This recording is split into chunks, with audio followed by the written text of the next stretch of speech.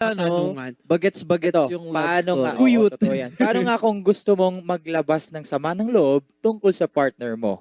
Kanino ka mag-share? Ikaw, Kanino Eris, ba kayo from mag-share? experience, saan kayo naglalaro? Kay Lord. Wow, hindi nga yun totoo. Bait ah.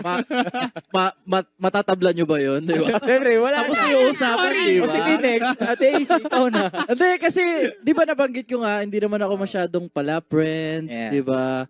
Mas sinasarili ko yung mga bagay-bagay, yung mga problema ko. Pero kapag hindi ko na kaya, siya na lang yung kinakausap. Tama.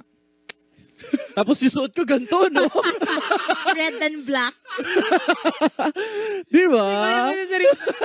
Valid naman Oy, yun. oo. totoo. Seryoso naman yun. Mukha lang ko hindi ako seryoso. Pero seryoso yun. Madlang people. Kasi mukha na Eris. Ganun siya. Yeah, oo. Oo, pero valid naman yun, maaari, oo. Pero Tularan si syempre, minsan kasi gusto mo yung sasagutin ka din talaga ng verbally. Oo. Sumasagot naman si Lord, oo, pero sa mga signs, ganyan-ganyan. Kasi iba na yun kapag kakasama mo na si Lord. Huwag naman. Huwag naman. Seryoso yun. Madlang people. Kasi mukha na Eris. Ganun siya. Yeah, oo. Oo, pero valid naman yun, maaari, oo. Pero Tularan syempre, minsan kasi gusto mo yung sasagutin ka din talaga ng verbally. Oo. Sumasagot naman si Lord, oo, pero sa mga signs, ganyan-ganyan. Kasi iba na yun kapag kakasama mo na si Lord. Huwag naman. Huwag naman. Bata pa. Oo.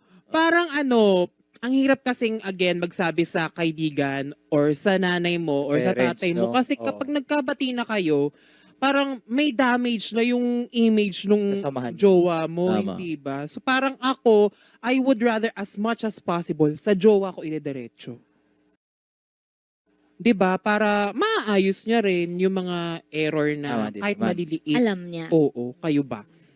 Bukod doon, pwede naman ding marami namang ways. Ako kasi mahilig akong magsulat. Release. Oh. Parang doon ako nagde-debrief sa sarili ko. Oo. Pag Pero iba pa rin talaga pag, pwede din kasing doon ka sa kaibigan mong may judgment sa partner mo, may judgment din sa'yo. Kasi pwede Yung kanya totoo. sabihin na hindi kanya ito-tolerate, ganyan. Mm. Sasabihin niya talaga sa'yo, like, andyan na. May evaluation. Pinapakinggan both sides. Yes. JM, The ikaw. JM. Jamie fans daw. Nag-comment kayo doon? Nagsumbong? Di ako, same kami ni Ate AC. Pero hindi mo na agad-agad, syempre, may mga considerations pa. Pero kung ano talaga, hindi na kaya, syempre, didirect ko na sa kanya kung ano yung mga hinanaing ko sa buhay. O, tsaka patungkol sa kanya. Ganon. Para mapag-usapan at maayos, no? Ayun yun. Hindi naman. Sorry. Pero ito, meron pa isang tanong. Oh.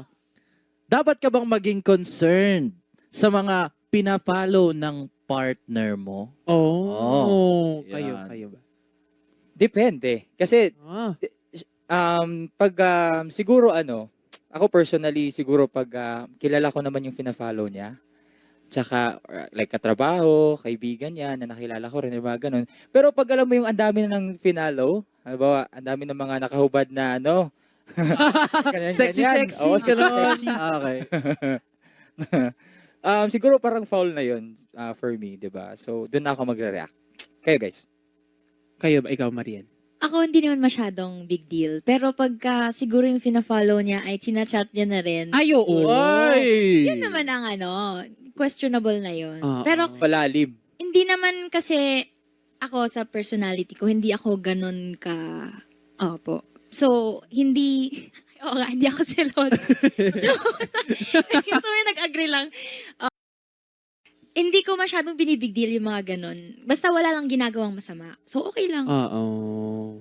May parang same kami ni Mariel. Parang, hindi naman para pagsilosa ng jowa ko si BGY o Jello. Pero hindi ko naman siya mini-message, di ba? Oo. Pero, parang unless, wala namang aksyon na nagaganap. No malis. Oo, walang mali siya. Hindi Oo. naman magka-crush-crush sa mga True. tao. Correct. di ba? Lalo na pagka-celebrities, di ba? Mm-mm. Pero nung single ka pa kasi, di ba? Yun, di ba? May mga pinapalo ka. Di ba? Nung nagkaroon ka Totoo na yan. ng relationship, di ba? Tinigilan mo na. Respeto sa part. Respeto sa partner, Yes. di ba? May mga faces lang talaga tayo. Oo. Ngayon, X na yung mga ganun. Tsaka yung kunyari may makikita kang mga sexy, hindi mo naman maiwasan kasi nag-scroll ka eh.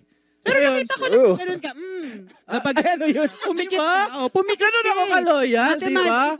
Pumikit. Madlang onliners, keep on following us for more breakup and love stories dahil